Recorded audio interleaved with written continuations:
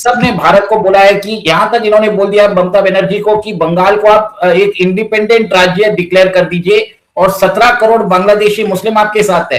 तो भारत के खिलाफ एक तरह पाकिस्तान जो है अब बांग्लादेश को यूज कर रहा है। तो बीजेपी आई है ना, मोदी साहब पेट ही रहे हैं, तो बाहर भी जाके कहते हैं जी पाकिस्तान दहशतगर्द है, ये है, लेकिन ये गलत है। नहीं, इलीगल निकालना गलत स्टेप नहीं है। यही मैं पूछने वाली थी। अगर आपकी रियासत में भी कोई इलीगल रह रहा है तो ऑब्वियसली आप उसको निकालेंगे ही अपने। Shri Amit Shah is the boss of the BSF. He is the authority to whom the DG BSF reports. Whether it is CRPF, whether it is ITBP, whether it is SSB, whether it's CISF, they all come under the Home Ministry. Home Ministry कहाँ की? Central Home Ministry. Mr. Amit Shah is the Home Minister of India. उनके अंदर आती हैं सारी forces. तो क्या उनको जिम्मेदार नहीं ठहराना चाहिए? शुभेंदु अधिकारी ने इन सभी तर्कों को किनारे कर राष्ट्र प्रथम की नीति चुनी। 45 दिन का समय देकर उन्होंने प्रशासन की सुस्ती को खत्म करने का अल्टीमेटम दे दिया। क्या बांग्लादेश सच में भारत के साथ नए रिश्ते बनाना चाहता है या फिर सिर्फ स्ट्रेटेजिक प्रेशर पॉलिटिक्स खेल रहा है?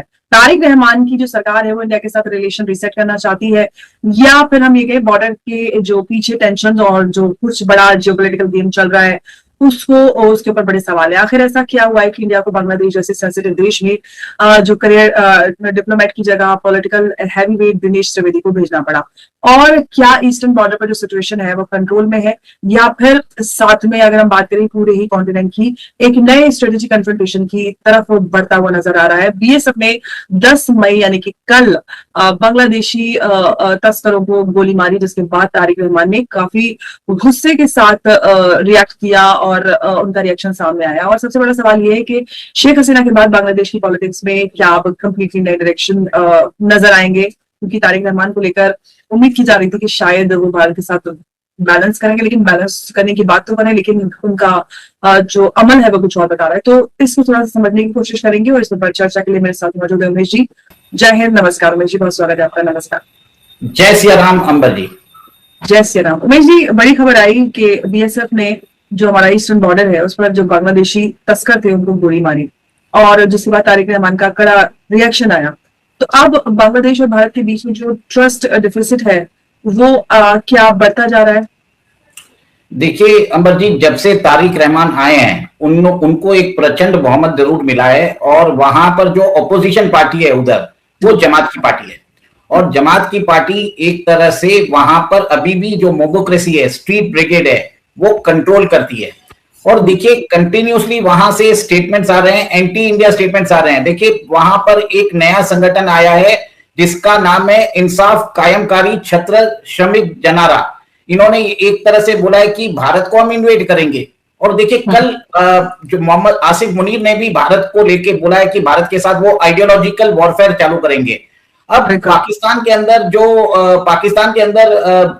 पाकिस्तान के जो मंत्री हैं वो अभी बांग्लादेश दौरे पे हैं, और उन्होंने वहां पर एक इंटेलिजेंस शेयरिंग एग्रीमेंट साइन किया है।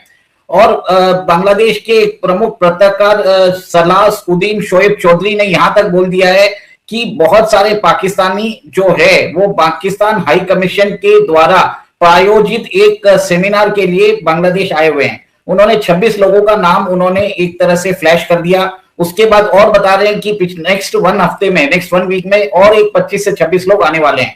बताया जाता है ये आईएसआई और लश्कर के ऑपरेटिव्स है, और इन्होंने भारत के बॉर्डर के ऊपर जो अभी फेंसिंग चालू हो चुकी है या होने वाली है, क्योंकि अगले 45 डेज में तो हो जाएगी, ये गृह मंत्री अमित शाह ने बोल दिया है। और वहां पर शुभेंदु अधिकारी की प्रचंड बहुमत के बाद हम बांग्लादेश से बहुत जो स्टेटमेंट्स आ रहे हैं, जैसे उनके जो एनएसए हैं और उनके जो सिटीजन्स पार्टी के जो चीफ है, सबने भारत को बोला है कि यहां तक इन्होंने बोल दिया ममता बनर्जी को कि बंगाल को आप एक इंडिपेंडेंट राज्य डिक्लेयर कर दीजिए और 17 करोड़ बांग्लादेशी मुस्लिम आपके साथ है।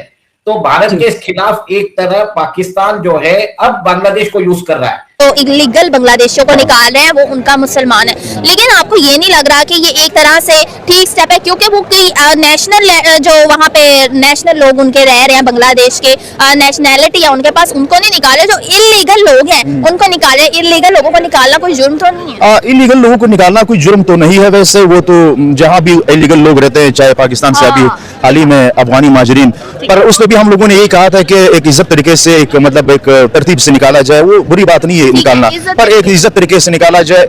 लीगलिटी बहुत जरूरी है। फिर हम ये गिला भी करते हैं कि अमन नहीं है, या काफी सारे ब्लेम इदारों को भी डालते हैं। जब इलीगल इमिग्रेंट्स होंगे जहाँ पे भी, वहाँ पर अमन जाहिर बात है थोड़ा सा खराब तो हो ही जाएगा। अच्छा, यहाँ पे एक और चीज आती है, इलीगल लोगों को जो है इज्जत निकालना, बिल्कुल सही बात की। लेकिन एक बात मैं आपको बता दूं कि बांग्लादेश जो है उसने वहाँ पे अपनी आर्मी खड़ी कर लिया बॉर्डर पे, और कहा यह जा रहा है कि वो अपने लोगों को खुद वापस नहीं लेना चाहते।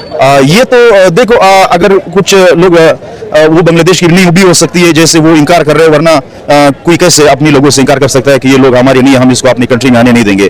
तो जाहिर बात है वो ऐसे लोग या तो वो हिंदुस्तानी है या तो वो बांग्लादेशी है। चाहे वो अगर हिंदुस्तानी है तो हिंदुस्तान सरकार को चाहिए कि वो उसको अपनी कंट्री में रखे नेशनलिटी दे, अगर वो बंगाली है तो उसको बंगाल सरकार जो है अपने लोगों को निकालने की उन्हें क्या जरूरत है? जाहिर है वो बांग्लादेशियों को ही निकालेंगे ना, लेकिन बांग्लादेशी नहीं लेना चाह रहा। ये तो पर बहुत अजीब बात है, ये बहुत अजीब बात है। ये तो समझ जाहिर बात है, इंसान को ना जमीन पर रहने देना चाहिए कि ये इंसान, ये जमीनी इंसानों की है ये कंट्री, ये चीजें तो हम लोगों ने बनाई है। आखिर में तो हम सब इंसान है, तो इंसान को जमीन पे रहने का हक है, तो वो चाहे जहां भी रहे अमन से रहे। पर ये है कि कोई तो कबूल कर ले, वो लोग कहाँ जाए अभी? हिंदुस्तान वाले कहते हैं कि हमारे नहीं, वो कहते हैं कि आप यहाँ नहीं आ सकते। अच्छा, तो कहाँ जाए? यार कि यहाँ पे एक और आपका पॉइंट ऑफ व्यू लेना चाहूंगी। आपने मतलब ग्लोबली देखा इस तरह के बहुत सारे इश्यूज है, मल्टीपल, पूरी दुनिया में वर्ल्ड वॉर 1 से लेकर 3 तक जितनी भी हो रही हैं, जो लोग हैं जब एक कंट्री से दूसरी कंट्री जाते हैं और वहाँ पे जो बोझ पड़ता है और वहाँ पे जो रिसोर्सेज की कमी होती है, तो उसके बाद भी आप कहना चाह रहे हैं कि हम इंसानियत देखें? नहीं, मतलब ऐसी कंट्री में लोगों को जाना भी नहीं चाहिए जिस कंट्री में रोजगार की बहुत इशू हो, जहाँ पर पहले वही कंट्री की आवाम खुद रोजगार के पीछे भाग रही हो। तो अगर दुनिया या लोग बेरोजगार है वो जाना चाहते हैं तो वो ऐसे कंट्री चले जाए जहां पर रोजगार मिल सके, या जहां लीगल तरीके से। इलीगल तरीके से तो सबसे ज्यादा पाकिस्तानी, अफगानी, बांग्लादेशी, इंडियन लोग जाते हैं गैर कानूनी तरीके से। जिसमें ईस्ट पाकिस्तान बांग्लादेश बना, उसका एक मुख्य कारण यह भी था, कई कारण थे, एक कारण यह भी था। कारण यह था लाखों की तादाद में ईस्ट पाकिस्तान से भारत रेफ्यूजीज आ रहे थे। अब उस जमाने में फेंस तो था नहीं। ये जो पूरा बीएसएफ वाला फेंस वाला मामला है दोस्तों, तो बहुत बाद में बना है। उस जमाने में कोई फेंस तो था नहीं। अच्छा, क्योंकि बॉर्डर बांग्लादेश और भारत का, या उस जमाने में आप अगर ईस्ट पाकिस्तान के हैं, वो लगभग 4000 किलोमीटर का, तो आप कितने ट्रूप्स डालेंगे? आप अगर हर 10 कदम पे भी एक बीएसएफ वाला आप खड़ा कर देंगे तो आपके पास इतने ट्रूप्स है ही नहीं। तो ये लोग खुला खेल करके अंदर आते थे। एक जमाने में भारत में कुछ बुद्धिजीवी ये कहते थे कि साहब चलिए, उनका आना ठीक है क्योंकि उनके ऊपर जुल्म हो रहा है। उनका आना ठीक है क्योंकि वहां पे पाकिस्तान जो है ऑपरेशन सर्चलाइट उसने लॉन्च कर दिया है। ऑपरेशन सर्चलाइट के पहले भी आते थे, ऐसी बात नहीं है, लेकिन उसके बाद आना इन्फ्लक्स जो था रेफ्यूजीज का वो बहुत ज्यादा हो गया। तो भारत की एक नैतिक जिम्मेदारी बनती है XYZ। तो ऐसी भी जस्टिफिकेशंस दी गई कि वहां से लोग आते हैं यहां पे आते हैं क्योंकि वहां पे पाकिस्तानी आर्मी जुल्म कर रही है और ये कर रही है वो कर रही है, लिहाजा they need to find safe harbour somewhere and that safe harbour for them is India. तो इंडिया के वो लोग बच जाते हैं, ऐसा कहा जाता था एक जमाने में। लेकिन आज की तारीख में दोस्तों ऐसा तो कुछ जुल्म नहीं हो रहा, वहां पे कोई ऑपरेशन सर्चलाइट नहीं हो रहा। 16 दिसंबर 1971 के बाद तो पाकिस्तानी आर्मी का बल्ब फ्यूज हो गया। उन्होंने मास सरेंडर करा। सेकेंड वर्ल्ड वॉर के बाद इतना बड़ा सरेंडर देखा नहीं था। 93,000 ऑफ देम सरेंडर्ड। उसके बाद तो पाकिस्तान का जुल्म बंद हो गया क्योंकि नया मुल्क बन गया बांग्लादेश।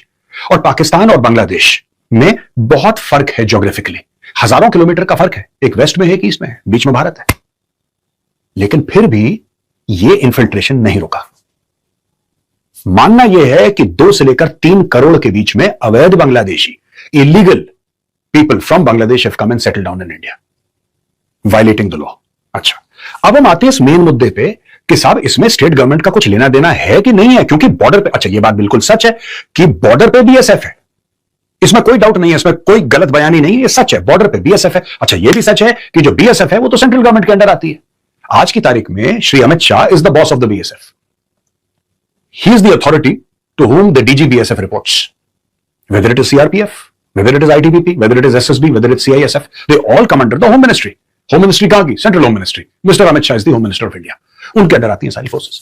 तो क्या उनको जिम्मेदार नहीं ठहराना चाहिए? मुख्यमंत्री की शपथ लेते ही शुभेंदु अधिकारी ने सीधे उस फाइल पर हाथ रख दिया जिसे छूने से पिछली सरकारें कतराती थी। फैसला बड़ा है, इरादा फौलादी है और अल्टीमेटम सिर्फ 45 दिन का। कोलकाता के सचिवालय से निकला एक आदेश और ढाका से लेकर दिल्ली तक खलबली मच गई। आज हम इस विशेष रिपोर्ट में बात करेंगे बंगाल की उस सीमा रेखा की जहां अब परिंदा भी पर नहीं मार पाएगा। जानिए कैसे शुभेंदु अधिकारी का एक फैसला भारत की आंतरिक सुरक्षा का सबसे बड़ा गेम चेंजर बनने जा रहा है। दरअसल पश्चिम बंगाल की 2216 किलोमीटर लंबी अंतर्राष्ट्रीय सीमा बांग्लादेश से सटी है। यह सिर्फ एक नक्शा नहीं बल्कि भारत की सुरक्षा का सबसे संवेदनशील हिस्सा है। लेकिन कड़वा सच यह है कि सालों से यह सरहद सियासत का अखाड़ा बनी रही। पिछली सरकारों और केंद्र के बीच जमीन अधिग्रहण को लेकर चली खींचतान ने देश की सुरक्षा को दांव पर लगा दिया था। शुभेंदु अधिकारी ने अपनी पहले ही कैबिनेट बैठक में इस डेडलॉक को तोड़ दिया। उन्होंने स्पष्ट आदेश दिया कि बीएसएफ को जितनी जमीन चाहिए, जहां चाहिए, वो अगले 45 दिनों के भीतर उनके हवाले होगी। और यह आदेश केवल प्रशासनिक नहीं बल्कि यह एक संदेश है कि अब बंगाल की सुरक्षा वोट बैंक की मोहताज नहीं है। देखिए, हमारी सीमांत सुरक्षा देश की सुरक्षा के साथ जुड़ा हुआ है। ये भारतीय जनता पार्टी का चुनाव में बहुत बड़ा कमिटमेंट था, देश हित में, बंगाल का हित में। इसलिए आज पहले कैबिनेट में हम लोग बीएसएफ को लैंड ट्रांसफर करने का डिसीजन ले लिया है।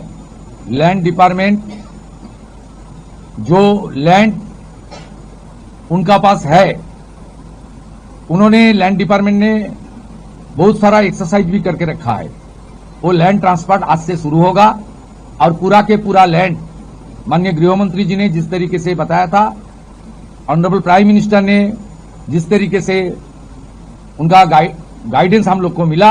अब आप कहेंगे कि क्यों अटका था फेंसिंग का काम। देखिए, भारत बांग्लादेश सीमा का एक बड़ा हिस्सा नदी, नालों और घने जंगलों से घिरा है। जहां जमीन है वहां फेंसिंग यानी कटीले तारों की बाड़ लगाना अनिवार्य है। लेकिन बंगाल में सैकड़ों किलोमीटर का बॉर्डर आज भी खुला है, क्योंकि पिछली सरकार का तर्क था कि जमीन किसानों की है और राज्य सरकार जबरन अधिग्रहण नहीं करेगी। केंद्र ने जब बीएसएफ का अधिकार क्षेत्र 15 किलोमीटर से बढ़ाकर 50 किलोमीटर किया तो राज्य सरकार ने इसे संघीय ढांचे पर हमला बताया। आरोप लगते रहे कि सीमा को जानबूझकर पोरस यानी छेददार रखा गया ताकि घुसपैठ के जरिए जनसंख्यिकी बदली जा सके। लेकिन शुभेंदु अधिकारी ने इन सभी तर्कों को किनारे कर राष्ट्र प्रथम की नीति चुनी।